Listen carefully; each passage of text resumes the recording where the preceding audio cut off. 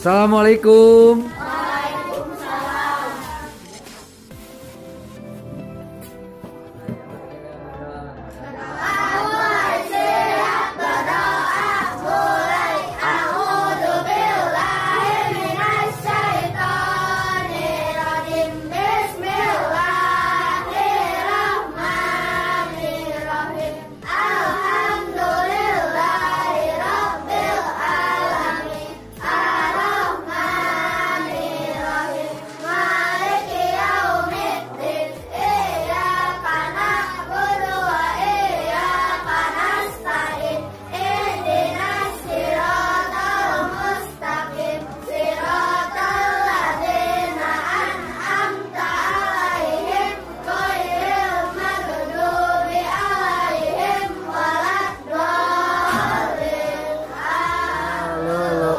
Datang mil lisaniyah. Salaman assalamualaikum warahmatullahi wabarakatuh. Rapih-rapih. Alhamdulillahilladzi ahsanta khalqi fa ahsin khuluqi. Artinya segala puji bagi Allah, baguskanlah budi pekertiku, sebagaimana Engkau telah membaguskan wajah.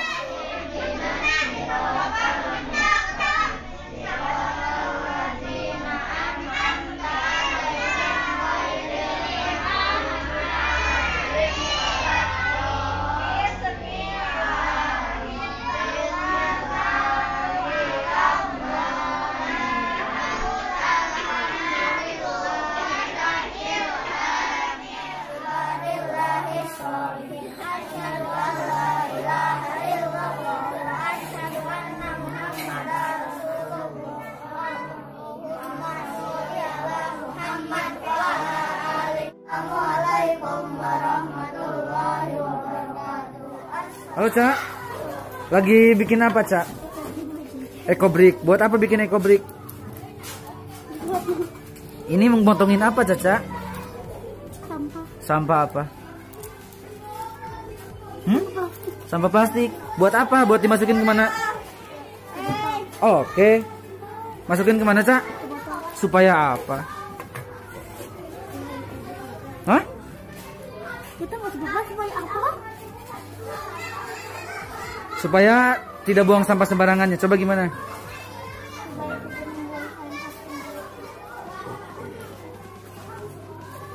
Lanjut saya. Halo Queen. Queen lagi bikin apa? Ekobrik. Buat apa tuh bikin ekobrik? Oh, supaya sampahnya tidak banyak. Supaya sampahnya tidak dibuang sembarangan ya. Dipotong-potong dulu. Supaya masuk. Oke. Jadi kalau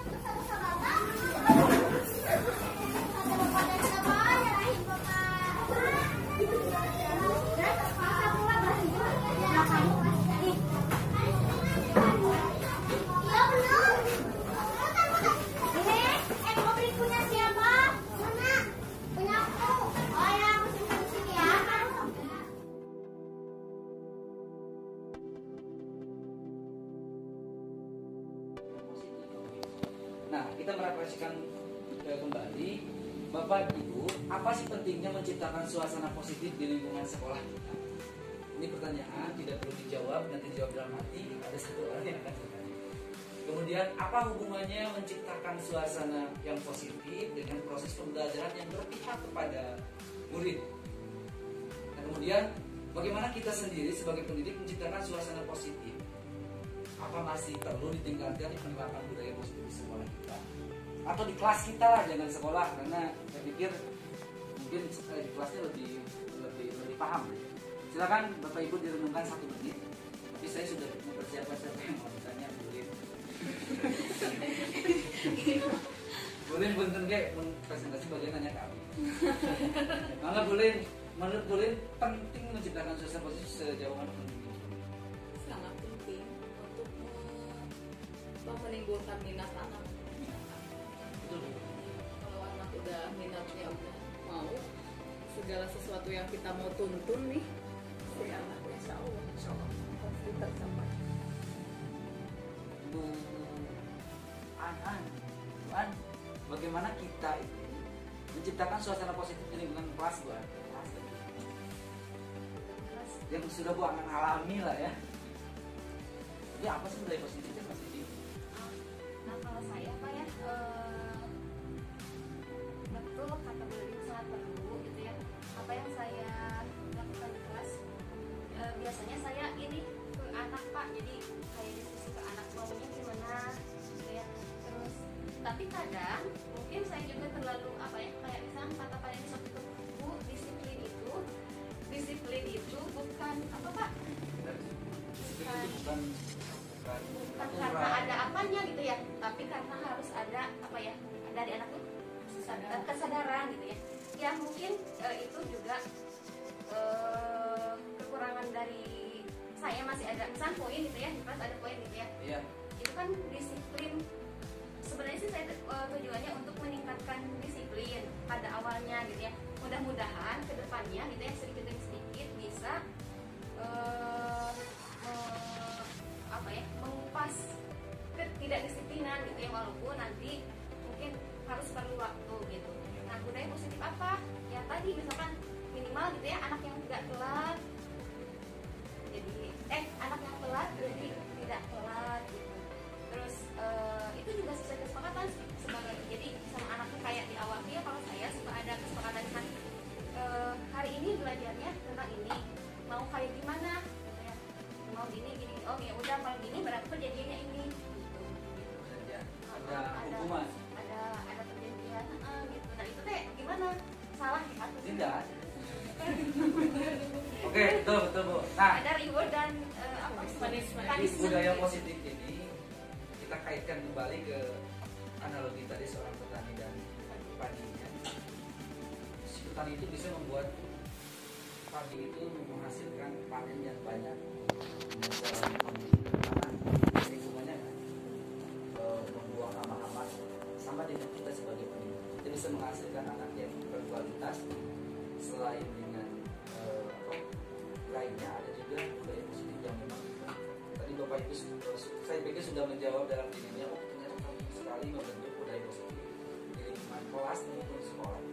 Nah sekarang saya akan mengajak Bapak Ibu untuk mengimpikan, merenungkan, membayangkan kelas seperti apa sih yang kita impikan. Pak Tabim, ketua di kelas kami, kelas saya Pak Tabim, jawab dalam diri kita saja, kelas seperti apa sih yang kita impikan. Kemudian bagaimana suasananya, bagaimana sikap guru-gurunya, bagaimana tutur katanya, bagaimana murid-muridnya, bagaimana mereka saling berinteraksi terhadap kita sebagai guru dan terhadap teman-teman. Itu dia, silahkan bayangkan Bu Dita, silahkan bayangkan, karena nanti akan saya tanya. Coba Bu Dita kelas seperti apa yang Bu Dita impikan? Ini Mas jujur apa yang kaitan dengan budaya positif? Nanti disampaikan. Kelas apa seperti apa yang kita impikan? kelas yang diimpikan itu kelas yang murid-muridnya nurut gitu ya, bagus gitu, emang marager gitu, cuma Luar biasa. yang bisa disiplin, lebih disiplin. Suasananya gimana Bu? Suasananya yang menyenangkan. Menyenangkan. Sikap gurunya gimana ke anak? Baik, kamu Tutur katanya gimana? Tutur katanya sopan santun. Ilman. Segi. Dia bagaimana Bu? Bagaimana murid-muridnya? Ya disiplin dalam waktu tertentu. Bapak Ibu dulu saya sama mengisi ini. Saya mengimpikan. Jadi saya dulu menjawabnya gini. Bebaskan jawabannya ya Bapak Ibu. Ini apa yang Bapak Ibu impikan. Jadi saya dulu kelas seperti apa yang kita impikan. Saya ingin memiliki kelas yang semua muridnya memiliki harapan. Jujur, saya terinspirasi dari Tegar waktu itu ketika masuk. Dia seperti anak yang tidak berpengharapan. Jujur saja benar, tidak punya pengharapan. Akhirnya saya memimpikan, saya pengen seluruh dari kelas saya itu semuanya punya pengharapan. Akhirnya bagaimana suasana kelasnya sangat menyenangkan. Bagaimana sikap gurunya memberikan kesempatan kepada seluruh anaknya untuk memiliki harapan dan potensi masing-masing. Itu impian saya. Sudah terjadi belum? Ya masih dalam proses Bapak Ibu. Bolehlah bermimpi setinggi mungkin. Kemudian bagaimana mewujudkan kelas impian tersebut Bapak Ibu? Apa yang diperlukan untuk mewujudkan kelas yang aman, nyaman bagi semua kelas? Itu nanti kita jawab bareng-bareng saja. Nah, Bapak Ibu, saya yakin seluruh guru di Indonesia sudah menerapkan berbagai budaya positif. Namun dalam modul ini ada salah satu strategi yang dapat diterapkan dalam menerapkan budaya positif. Jadi sangat optimis yang membuat modul ini bahwa semua guru itu sudah siap, sudah melakukan budaya positif. Nah, budaya positif ini erat kaitannya biasanya dengan disiplin Bapak Ibu. Biasanya erat kaitannya dengan disiplin. Nah, disiplin kadang diartikan sebagai kontrol terhadap anak. Disiplin itu kontrol terhadap anak. Namun demikian ada yang menyatakan ternyata banyak miskonsepsi tentang kontrol atau disiplin itu. Ternyata ada kesalahan pengertian antara kontrol atau disiplin. Jadi ada ilusi guru mengontrol murid. Ada ilusi guru mengontrol murid. Dari tadi saya sebutkan bahwa ini Bapak Ibu, bahwa tugas kita sebagai pendidik adalah mendidik. Jadi di sini ada ilusi guru mengontrol murid. Bentar Bapak Ibu, saya ingin coba Bapak Ibu saling berpasangan satu sama lain. Bolehlah. Kalau tidak pun saling berpasangan. Yang satu tugasnya mengepalkan tangan, Bapak Ibu. Yang satu mengepalkan tangan, silakan janjian. Yang satunya lagi coba untuk membujuk agar dia bisa membuka tangannya. Yang melihat tangan, Bapak Ibu anggap bahwa di dalam tangan ini adalah sesuatu yang sangat-sangat berharga di dalam hidup Bapak Ibu. Bapak Ibu tidak bisa hidup tanpa benda, hal, harapan yang ada di dalam tangan Bapak Ibu. Tapi temannya satu lagi, dia menggoda untuk dia supaya bisa coba Bapak Ibu. Silakan godaan yang pakai ancaman, diancam. Ancaman itu boleh. Buka dong. Buka dong. Pakai ancaman, Buka dong. uang. Nanti akan Oke, ya itu selesai. Oke, ternyata Bapak Ibu, ini ada dua jawaban. Ketika dia menggoda, merayu dengan ancaman, dengan lain sebagainya, si orang yang memiliki harapan ini, ketika dia tidak bisa membuka tangannya, tidak mau membuka tangannya, itu menandakan bahwa manusia itu memang tidak bisa dikontrol oleh siapapun. Entah itu dengan kejupan, dengan rayuan, dengan ancaman dan lain sebagainya. Adapun ketika mereka membuka tangannya dan memberikan sesuatu yang berharga, itu pun juga sama anak itu tidak bisa dikontrol. Justru waktu itu ketika dia membuka tangannya, dia menganggap bahwa dialah yang mengontrol dirinya. Dia menganggap bahwa kontrol orang itu sangat penting untuk dirinya. Jadi bukan si orang kedua yang bisa mengontrol dia untuk membuka tangannya, karena dia merasa bahwa saya perlu kontrol dari dia, bukan dia yang mengontrol saya. Intinya setiap manusia itu tidak bisa dikontrol. Ya contohnya seperti ini, anak yang pemalu gitu ya, anak yang pemalu, masih pemalu, ketika dia dikontrol oleh gurunya untuk berani ke depan, bukan berarti dia dapat dikontrol oleh gurunya, tapi dia merasa bahwa dia sangat memerlukan kontrol itu. Jadi intinya poinnya, manusia itu tidak bisa dikontrol oleh siapapun. Karena poinnya gini juga, karena setiap yang dilakukan oleh manusia, baik itu hal yang dia inginkan dan dia tidak inginkan, selalu beralasan atas kepentingan dirinya, atas kepentingan dirinya. Dia mengontrol, dia dikontrol, dia tidak akan turut pada kontrol orang lain, tapi dia mengikuti tapi karena dia perlu, itu alasannya. Kemudian kesalahan yang kedua tentang teori kontrol, semua penguatan positif itu efektif dan bermanfaat, tapi ternyata bentuk bujukan, bentuk rayuan dan sebagainya memang efektif pada saat itu. Namun dalam jangka waktu tertentu, mungkin murid akan menyadari dan menolak bujukan kita. Murid akan tergantung pada pendapat guru, atau murid akan tergantung pada pendapat guru. Kadang kita sering memberikan penguatan positif kepada anak dan itu dianggap efektif. Namun ternyata dalam jangka waktu yang panjang bisa saja penguatan itu disadari oleh murid dan murid tidak lagi mengikuti penguatan positif itu. Atau jangka panjangnya ketika dia sering mengikuti penguatan positif dari guru, akhirnya dia akan tergantung kepada guru. Nah kemudian kritik, yang kesalahannya ini kritik dan membuat orang merasa bersalah dapat menguatkan karakter. Contoh, bapak tenis nyiapin penting hati, saya perlu kiwai hati. Anak tuh merasa kecewa gitu. Dan itu dianggap kesalahannya, itu dianggap bisa membuat karakternya baik. Kalian Alif teh bapak mati percaya Alif tidak gitu. Dia si guru ini berusaha membuat dia merasakan, oh ternyata apa yang saya lakukan ini salah, dan dia merasa bersalah. Dan banyak yang meyakini itu bisa menguatkan karakter pendidik. Kemudian orang dewasa memiliki hak untuk memaksa, apalagi pendidik. Banyak kesalahannya seperti itu. Pendidik sebagai tugasnya mendidik, memperbaiki lakunya. Kadang egoisnya seperti itu, menganggap bahwa apa yang orang dewasa memiliki hak untuk memaksa anak. Itu yang keliru dari kontrol. Nah, boleh Bu atau boleh? Selanjutnya cepat kan ya. Nah, setelah kita melihat itu, apakah kita yakin bahwa tetap untuk meminta murid menyesuaikan diri dengan keinginan kita atau tidak? Nanti jawab dalam diri.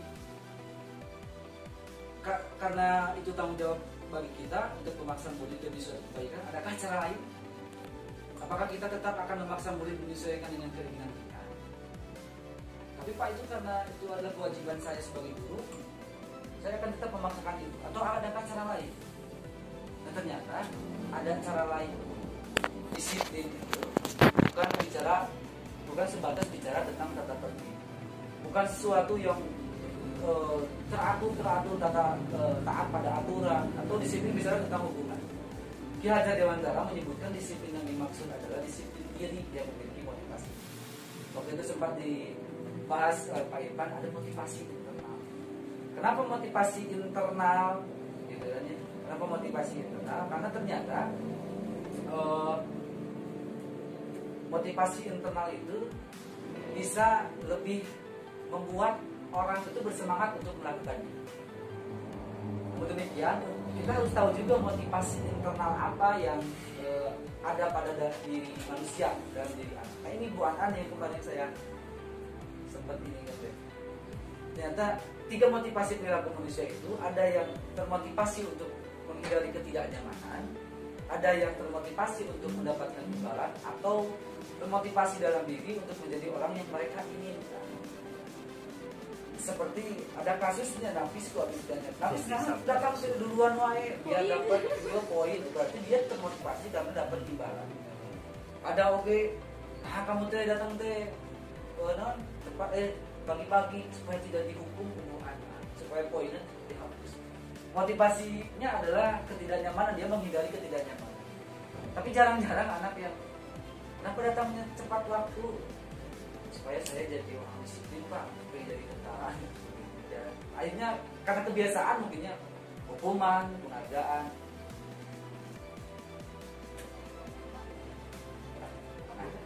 Kemudian ada juga, nah ini justru yang dikuatkan itu bukan lagi kesepakatan kelas yang di awal itu, tapi keyakinan kelas. Keyakinan kelas ini akan lebih memotivasi seseorang dari dalam, atau memotivasi secara instinktif. Seseorang akan lebih tergerak dan bersemangat untuk menjalankan keyakinannya daripada hanya sekedar mengikuti serangkaian peraturan. Jadi saya sempat melakukan hal ini di kelas waktu itu. Memang sulit untuk memberikan keyakinan kelas kepada anak seusia itu, karena keyakinan kelas ini bersifat abstrak. keyakinan kelas ini bersifat abstrak Bapak Ibu daripada peraturan. Kalau peraturan kan biasanya apa? Datang tidak boleh terlambat atau sebagainya. Ini lebih abstrak dan lebih bersifat umum. Contohnya waktu itu kan, kenapa tidak boleh hujan-hujanan? Oh Pak, karena kesehatan penting. Itu keyakinan kelas. Mereka meyakini bahwa kesehatan itu penting. Kenapa tidak boleh bermain kursi roda? Karena keselamatan Pak. Bahwa bermainnya boleh, asal jangan berbahaya. Kemudian keyakinan kelas ini berupa pernyataan-pernyataan yang umum. Pernyataan keyakinan kelas ini senantiasa dibuat dalam bentuk positif Bapak. Saya juga salah sempat melakukan. Peraturannya tidak boleh berisik, bukan tidak boleh, lebih baik belajar dengan tenang. Tidak boleh hujan-hujanan, lebih baik berteduh ketika hujan. Itu positif. Tidak larangan, itu kan lebih berat. Jadi dibuat lebih positif.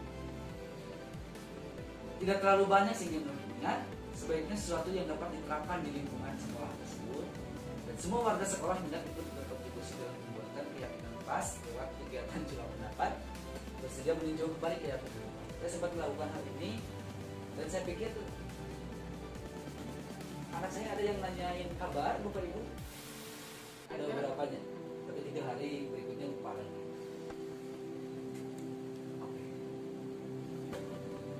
Namun demikian Bapak Ibu, pembentukan budaya positif ini dengan keyakinan kelas tidak semuanya berjalan dengan lancar. Pasti ada beberapa siswa yang masih menyeleweng dari perilaku yang mereka yakini.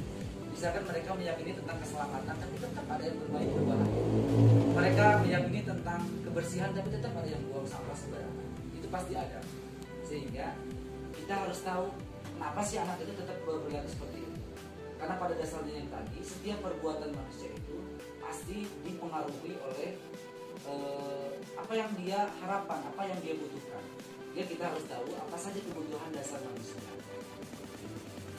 Dilewat aja lah ya. Ini kebutuhan dasar manusia Bapak Ibu tentang cinta dan kasih sayang, penguasaan, kebebasan, kesenangan. Sambil bertanya aja lah ya.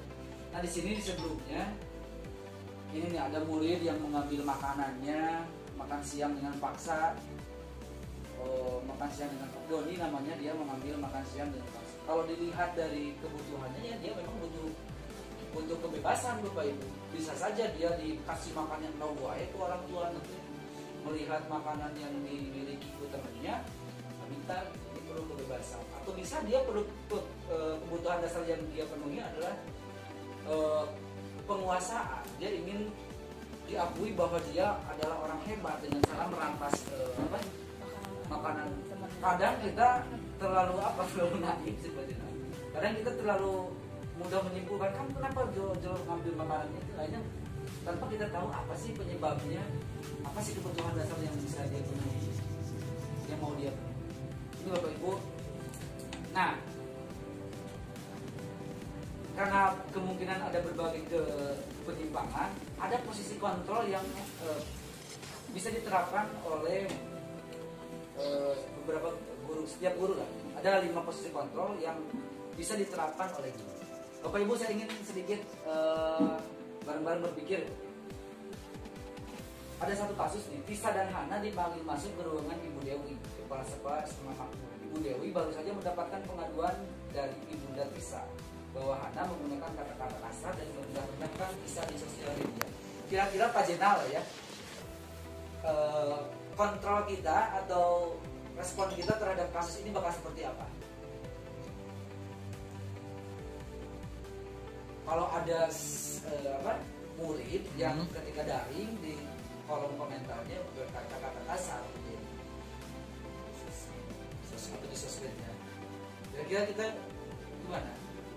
Cari tahu dulu kenapa sih bisa merendah-rendahkan si Hana, kenapa si Hana merendah-rendahkan si Tisa gitu. Ya mungkin untuk ujung-ujung Ya betul. Nah ini model disiplin yang berpusat pada murid yang dikembangkan oleh Diana Rosen dengan pendekatan restitusi dengan 5 posisi kontrol. Nah, kita akan sama-sama menentukan kita teh ada di posisi mana nih ketika menjadi kontrol bagi anak. Ada yang di posisi penghukum.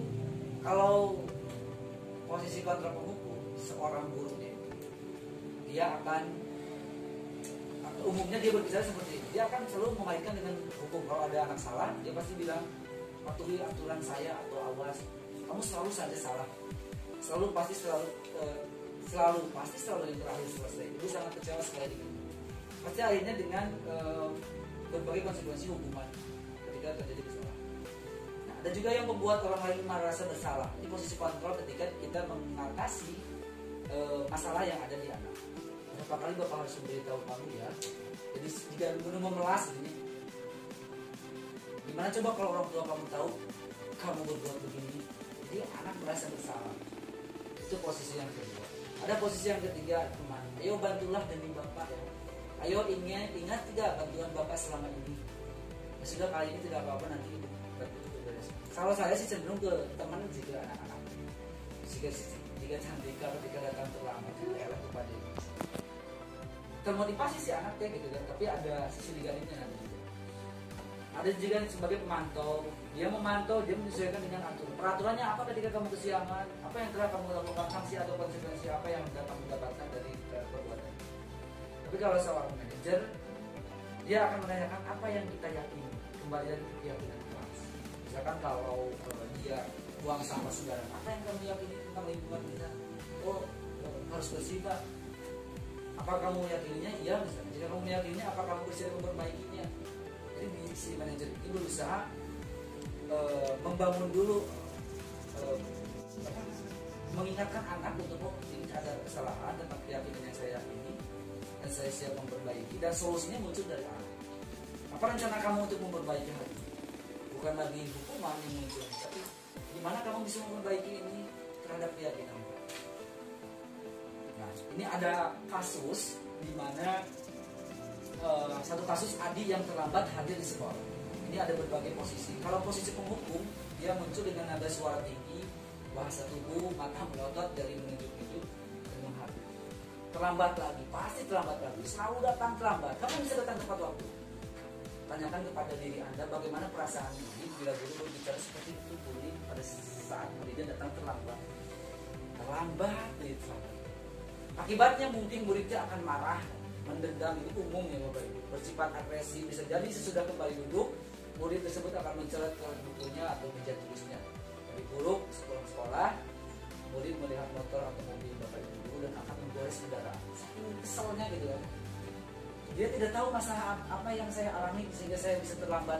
Karena dia berposisi sebagai penghukum, dia tetap kenapa terlambat? Pasti terlambat tadi. Dia pasti hukuman.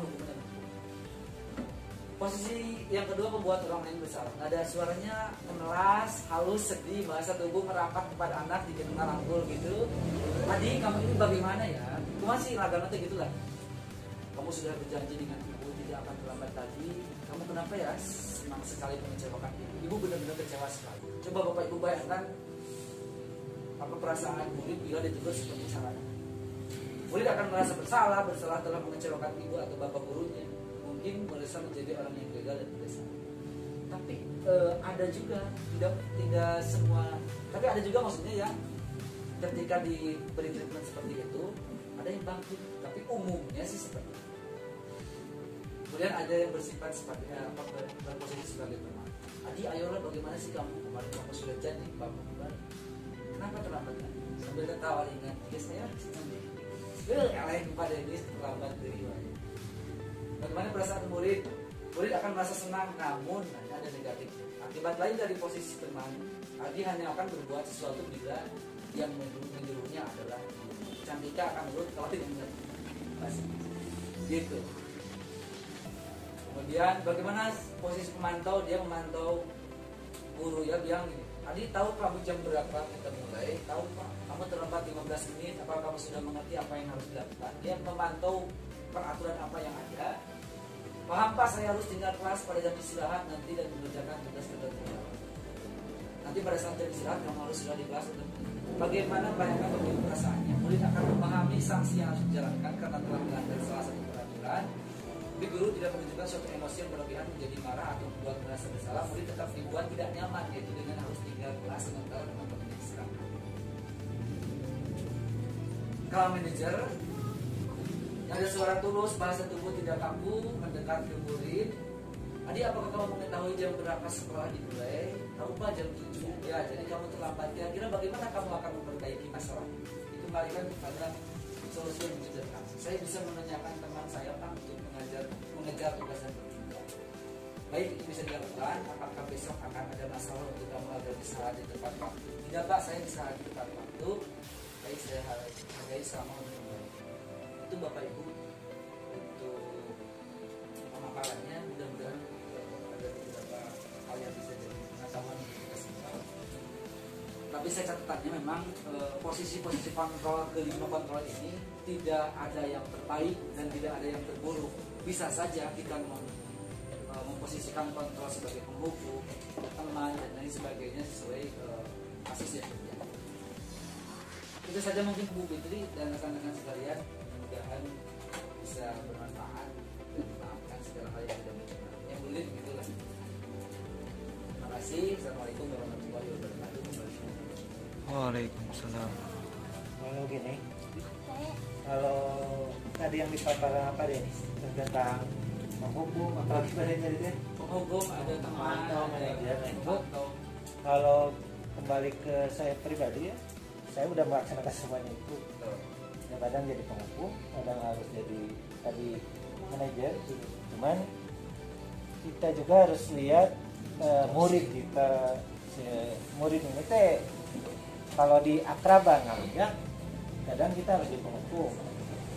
Tapi ada murid yang memang kita harus face to face gitu kan. Nah itu jadi benar tadi yang kata Pak Denis, tidak ada yang baik mungkin ya saat ini, makanya ada pilihan-pilihan sih itu.